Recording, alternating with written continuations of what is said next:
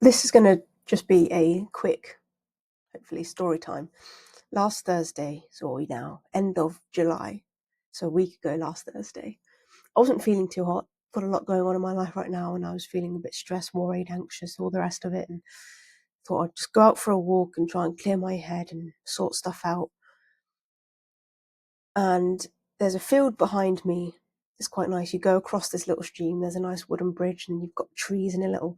Then you go into this clearing, there's just this field of meadow, growing grass, and all different sorts of meadowy flowers and colours of purples and whites. Not a lot, but there's subtlety hints, and it's really nice. But in that time, I was very much in my head, thinking about all the things that might happen, could happen, just all the general worries that I had going on. And as I was walking, I wanted to pray, but I felt so in my own head that I felt that I couldn't present myself to God because I just felt so unworthy, I guess is the right term to use there. But I can't remember where I heard this from, but it said how God doesn't want us to turn away in shame. Instead of being ashamed, he wants us to turn to him in those moments. That's when it's most important that we turn to him. Instead of turning away because we feel these things, we should turn to him instead. So I said, okay, well, I want to pray, but I don't know what to say. I don't know whether I should be asking for something or just explaining or just talking or what. I didn't know what to say or how to pray or what to do. And through this field, if I carry on going, it takes me to the main road of my village, which coincidentally leads up to the church. And as I was walking through this field, I had no intentions of going to the church, but I just got this feeling of go to church. Just go to the church. And it wasn't like a voice or anything. It was really hard to explain, but it was just this feeling, like it was just like go to church. Like, okay, fine. And I had a bit of uncertainty because the field is just behind the house, and I thought, a quick look round. I didn't lock the doors or anything, so the house was unlocked, and I had these uncertainties, and I was like, okay, well, I'm feeling a bit. I don't want to go. So I don't want to take too much time out. And I was getting worried about that as well as all the other things I was worried about. But I was like, no, I'll push through, and I'll go to church, and Lord, I'm worried about this. I'm worried about the house being unlocked and all the rest of it. But I pushed through, and I walked up the hill, and it's really nice. You come out the field and you look up, and you go up this hill. It's not a very steep hill, but it's steep enough that you notice it if you're cycling up it, that's for sure. But on the top of this hill sits this beautiful, beautiful church. I've got a drawing of it. I don't know if I can show you very well. Oh, the camera's broken. That's what it looks like ish. That's quite a good representation of it. And it's always nice walking up that hill and seeing the church. Okay, I'm going to spend ages fixing this camera. But yeah, so walking up, going to this church, which I just love because it is just so beautiful. But I still had all these worries. Trying to look at this beautiful building and think of the Lord and trying to trust in him, but having these anxieties. It was tough. It was a tough battle. But I get to the church, I go inside, and there's no one there. I get myself a glass of water and I sit down, and it's dead silent. The only thing I can hear is the ticking of the clock upstairs, and because it's a really big clock, this pendulum that's moving is freaking huge. It's a deep tick. It's not like a light ticking of a small clock. It's this. I don't know how to describe it, but there's this dull ticking sound, and it's really nice. But other than that, dead quiet. And I wanted to be still in this moment. I just wanted to be still and try and clear my head and just relax and chill and have no thoughts, no feelings, just be still. But I couldn't do it. I had too much going on, too much worried, and I said, Lord, I want to be still. I want to be present in this moment with you, but I am just really struggling right now. And I felt myself too worried and anxious to stay there for much longer because, again, the house was unlocked and I had these worries, and I just wanted to, reassure myself. I said, I want to trust you, Lord. I want to be still. I want to be present. But I feel I am unable to. So I sat there for as long as I could, which I had a small glass of water. So by the time I finished that was when I had my time. So it didn't take me long, maybe 5-10 minutes. I want to hear you, Lord. I want to be with you, but I can't. So I go and I take my water back and I clear up the glass, everything, put things away, and just take one last breath, and I leave the church. And it overlooks, you can't see the whole village, but it overlooks a bit of it. And I start going down this path, and a red Ford pulls up. And as I leave, I see it's someone from the village, and it's a small village, so you know everyone. So someone that I knew. This lady steps out. Oh, hi, Charlie. She waves at me. Hi, Linda. How are you? And I walk over to her.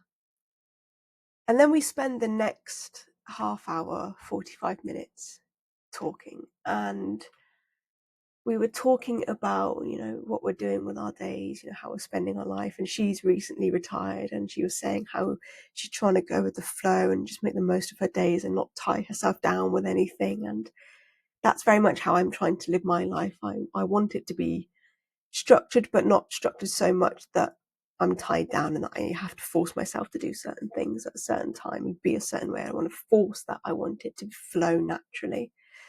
So I'm trying to find the systems that allow me to do that. So the things that I do at a certain time don't feel forced. And we were talking about the things, how to live your life, and what you should do to make the most of it, and the things that we're grateful for, especially being in a village like this, and being able to speak to these people and have these conversations, that we're surrounded by people that care and love and genuinely look out for you. And this whole conversation, it felt like God was speaking to me through her, because she was saying everything. She was saying everything that I needed to hear. The conversation was just so moving and so wonderful that after we finished, I was walking down the hill and she was doing whatever she was doing, but I looked back at the chair and I said, oh God, you've got me. Because it was like prayers answered. Because sometimes it is really difficult. It is difficult to hear him in these moments when things are tough. But all you have to do is ask. And it will be delivered to you. And he does answer your prayers, but just sometimes you just don't know how they're going to be answered. And it was just so nice. And the feeling I got after was like a sigh of relief, like, okay, yeah, I get it. And it was just nice. But I wanted to share this story because I don't know why. I just feel like it's worth sharing, because it's such a big thing. Small moments that added up to this whole big picture. And what Linda told me was that I am doing it. I am going in the right direction to keep moving forward. And that's what I want to share with you.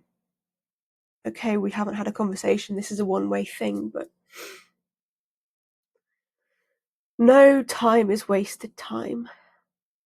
Even the bad times, be it something that you've self-inflicted or that's been inflicted upon you, because it's always something you can learn from.